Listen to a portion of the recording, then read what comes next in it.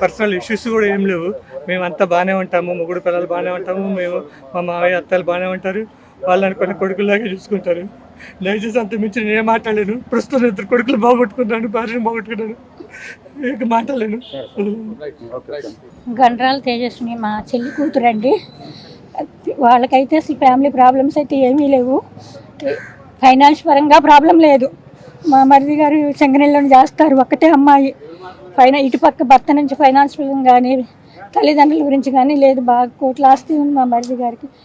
కానీ తను కరోనా బాగా వచ్చింది అప్పుడు 2019 అమ్మాయికి, మా చెల్లి వాళ్ళ అమ్మాయికి. అప్పటి నుంచి కొంచెం డిప్రెషన్లో ఉంటుంది. అప్పుడప్పుడు ఇంట్లో ఎవరు ఉండరు. మా అల్లుడి గారు ఏమో డ్యూటీకి వెళ్ళిపోతారు, పిల్లలు స్కూల్కి వెళ్ళిపోతారు. ఒక్కతే ఇంట్లో ఉండి బాగా డిప్రెషన్లోకి వెళ్ళిపోయి ఏం చేసిందో అక్కడ ఏం జరిగిందో తెలియదు, ఎవరూ లేదు. డిప్రెషన్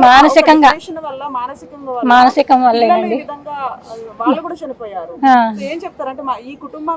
అదేనండి, ఇలాంటి ఎంత పగస్తుడికి కానీ ఎవరికి ఇలాంటి కష్టం రాకూడదండి. ఇలాంటి డిసిషన్, ఎలాంటి బాధల్లో ఉన్న కష్టాల్లో ఉన్న ఇలాంటి నిర్ణయం తీసుకోవటం, ఉన్న కుటుంబాలు ఇప్పుడు 2 కుటుంబాలు నరకం అనుభవిస్తాయి. ఇప్పుడు తను తీసుకున్న ఈ నిర్ణయం వల్ల కుటుంబాలన్నీ ఇలా అయిపోతున్నాయి.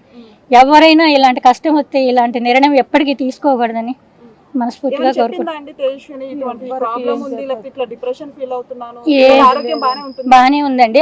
అంటే అప్పుడప్పుడు కొంచెం ఇదిగా ఉంటది. 3:30 అప్పుడు కూడా మా చెల్లి ఫోన్ చేస్తే మాట్లాడిందంట. మాట్లాడితే పిల్లలేరే అంటే కింద ఆడుకుంటున్నారా అందంట. నువ్వేం చేస్తున్నావు అంటే పడుకున్నా అంద. మరి పిల్లలు కింద ఆడుకుంటుంటే పడిపోతారు కదా, సైకిల్ దొక్కుంటా, నువ్వు వెళ్ళి కిందకంటే వెళ్తున్నా అందంట. 3:30 అప్పుడు. 4 గంటలకు ఇలా జరిగింది. 5, 9. చిన్న బాబు బర్త్డే బట్టలు కూడా తీసుకున్నారు. ఈ రోజు వచ్చేవాళ్ళు, ఈ రోజు ఇక్కడికి వచ్చేవాళ్ళు. నిన్న నుంచి హాలిడేస్ అని తెలియదు, 23 నుంచి అనుకున్నారంట. ఈ రోజు వచ్చి రేపు బర్త్డే చేసుకుని పిల్లలిద్దరిని తీసుకొని వెళ్ళిపోదాం అనుకున్నారు. దేవుడు ఈ లోపల నీ పని చేసిండమ్మో, రాజు బాగుండేదే. కానీ తను అలా చేస్తాను అసలు ఎవరికి తెలియదు. కొంచెమన్నా మాలాంటి మాకు డౌట్ వస్తే ఖచ్చితంగా మీరు ఎళ్ళైనా సరే ఏదో ఒకటి దాన్ని పరిష్కారం చేసేదాన్ని. ఏమీ లేదు అసలు. మనకి ఎందుకు వస్తుందండి? భర్త నుంచి లేదు, ఫ్యామిలీ పరంగా లేదు, ఫైనాన్స్ పరంగా తల్లిదండ్రుల నుంచి లేదు, ఫైనాన్స్ పరంగా లేదు. ఎందుకు అనుమానాలు వస్తాయి? మరి ఎందుకు ఆ నిర్ణయం తీసుకుందో అసలు ఇక భగవంతుడికి దానికే తెలియాలి. బాగుంటారండి, అసలు చాలా బాగా చూసుకుంటాడు. మా అల్లుడి గారికి అసలు నెంబర్ 1 అండి. అసలు ఆయన వల్ల మా అల్లుడు గారి వల్ల ఎలాంటి ఇబ్బంది లేదు. అసలు చాలా బాగా చూసుకుంటారు. తనకు అసలు ఏమీ ఇబ్బంది కలగనీయరు. ఇది మెంటల్ మానసికం వల్లే ఇలా చేసుకుంది.